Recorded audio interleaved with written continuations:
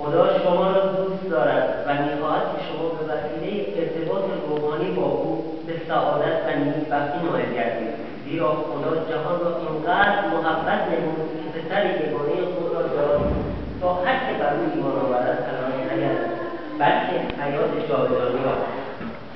نقشه خدا برای بشر این است که انسان به حضور خداوند بازگشت نماید و با او ارتباط معنوی برقرار کند و آرامش و حیات جاودانی به دست آورد.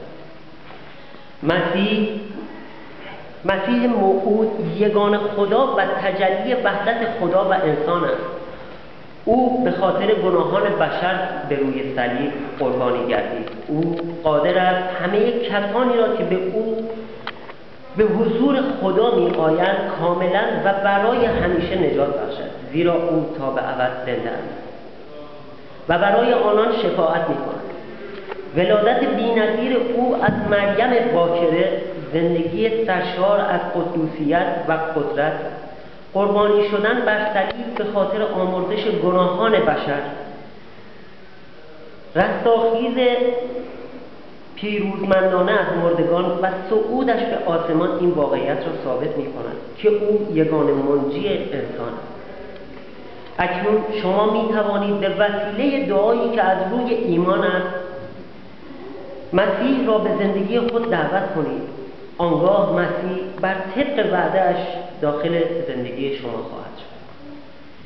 ای مسیح خداوند، به تو محتاج و متشکرم که برای آمرزش گناهان من روی صلیب جان دادی.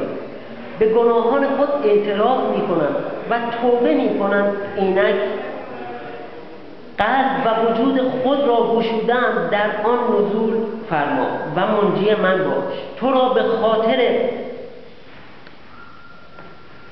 آمرزش گناهان سپاس می گویم.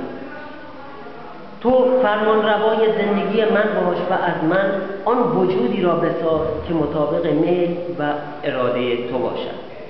آمین. آمین.